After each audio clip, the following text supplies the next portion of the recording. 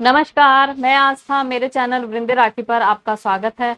आज मैं आपको इस वीडियो में बताऊंगी कि कर्ज से मुक्ति पाने के लिए क्या करना चाहिए। अगर आपके ऊपर बहुत बड़ा कर्ज है, आप किसी भी प्रकार के कर्ज से दबे हुए हैं, चाहे वह बैंक का लोन हो, किसी से लिया गया उधार हो, या किसी से हमने उधार किया हो, किसी से कुछ पैसे लिए हो, किसी भी प्रकार से आपने किसी से उधार किया हो, तो इस प्रकार से कर्ज से मुक्ति पाने के लिए आपको क्या करना चाहिए, हमारे शास्त्रों में क्या उपाय बताए गए हैं कर्ज से मुक्ति पाने के लिए, वह मैं आपको इस वीडियो में बताऊंगी।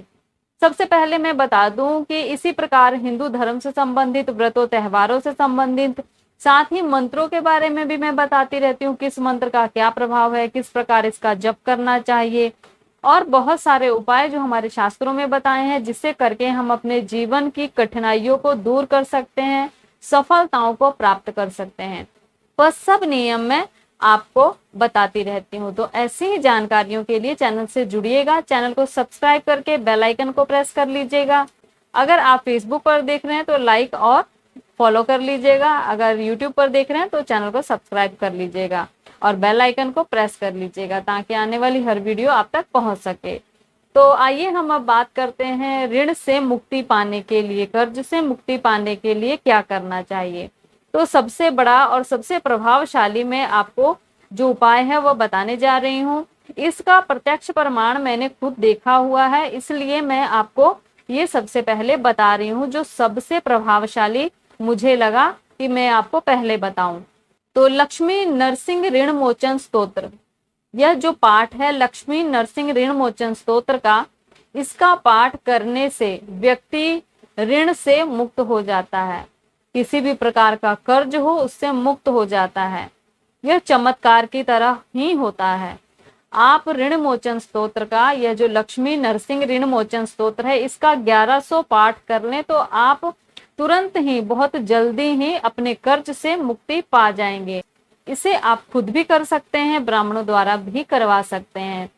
आप इसका 1100 पाठ कर लें तो आपको जल्दी ही फल मिलेगा, और यह बात पक्की है कि आपको आपके कर्ज से मुक्ति मिल जाएगी। यह बहुत ही प्रभावशाली स्तोत्र है। तो आप लक्ष्मी नरसिंह ऋण मोचन स्तोत्र का पाठ कर सकते हैं। ऋण से मुक्ति पाने के लिए जो मैंने प्रत्यक्ष प्रमाण देखा है, उसके आधार पर मैं आपको यह बात पक्की कहती हूँ कि आपको सफलता इस पाठ को करने से तुरंत मिलेगी, आपको कर्ज से मुक्ति मिल जाएगी। अब हम बात करते हैं दूसरे उपाय की। तो दूसरा जो उपाय है वह लक्ष्मी नारायण के सामने या भगवान कृष्ण के सामने आप गजेंद्र मोक्ष का पाठ करें। गजेंद्र मोक्ष के पाठ से भी बहुत ही प्रभावशाली आपको फल मिलेगा, आपको जल्दी ही कर्ज से मुक्ति मिल जाएगी। और गजेंद्र मोक्ष के पाठ के और भी अनेक फल हैं। गजेंद्र मोक्ष के पाठ से भगवान अत्यधिक प्रसन्न होते हैं, वह सब कुछ छोड़ के दौड़े दौड़े चले आते हैं। गजेंद्र मोक्ष का पाठ करने से व्यक्ति किसी भी जटिल से जटिल समस्या से छूट जाता है, निकल जाता है। गजेंद्र मोक्ष के पाठ से कर्ज से मुक्ति तो आपको मिलेगी ही, और भी अनेकों लाभ आपको गजेंद्र मोक्ष के पाठ से होगी।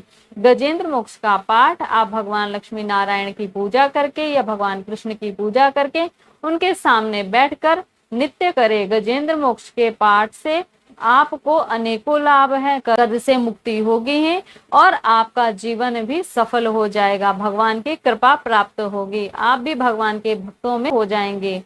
तो गजेंद्र मोक्ष का पाठ आप जरूर करें। गजेंद्र मोक्ष का पाठ व्यक्ति को वैसे भी करना चाहिए, क्योंकि गजेंद्र मोक्ष के पाठ से भगवान बहुत ही शीघ्र प्रसन्न हो जाते हैं।